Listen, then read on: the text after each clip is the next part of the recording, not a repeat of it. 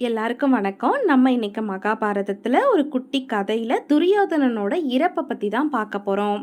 பீமனால ஏற்பட்ட மோசமான காயங்களோட துரியோதனன் போர்க்களத்துல படுத்துட்டு அவரோட மரணத்துக்காக காத்துட்டு இருக்காருங்க.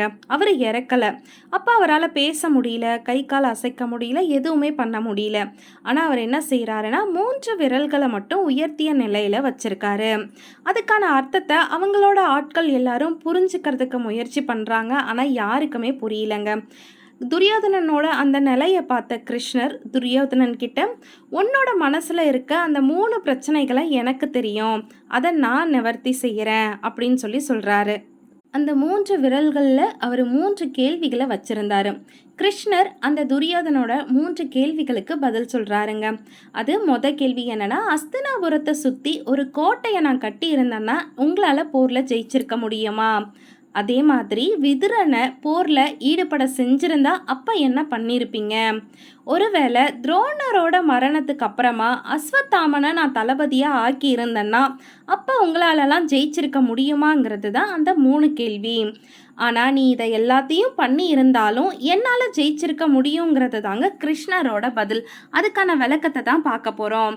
நீங்க அங்க ஒரு கோட்டையை கட்டி இருந்தீங்கன்னா குதிரையை வச்சு கோட்டையை தகர்க்கிறதுக்கு நான் நகுலன் கிட்ட சொல்லி இருப்பேன். அதே மாதிரி விதுரரை போர்ல பங்கேற்க செஞ்சிருந்தா நானும் போர்ல ஈடுபட்டிருப்பேன். நீங்க அஸ்வத்தாமனை தளபதியா நியமிச்சிருந்தீங்கன்னா நான் யுதிஷ்டனோட கோபத்தை தூண்டி விட்டுருப்பேன் அப்படின்னு பதில் அளிக்கிறாரு. கிருஷ்ணரோட இந்த பதில்களை கேட்ட துரியோதன 3 விரல்களையுமே மூடிட்டு சில நொடிகள்ல இறந்தும் போயிடுறாருங்க. நம்மள பலருக்கும் இதுக்கான விளக்கம் தெரியாது. அதை பார்க்கலாம் வாங்க. நகுலன் கிட்ட இருக்க ஒரு சக்தி என்னன்னா, அவரோட குதிரைய அந்த கன மழையில கூட ஈரமாக்காம அவரால் ஓட்ட முடியுமா? அது மட்டும் கிடையாதுங்க. துளி மழைக்கும் இன்னொரு துளி மழைக்கும் இருக்கிற இடைவெளியில கூட அவரால் அவ்வளோ வேகமா குதிரையில பயணிக்க முடியுமா?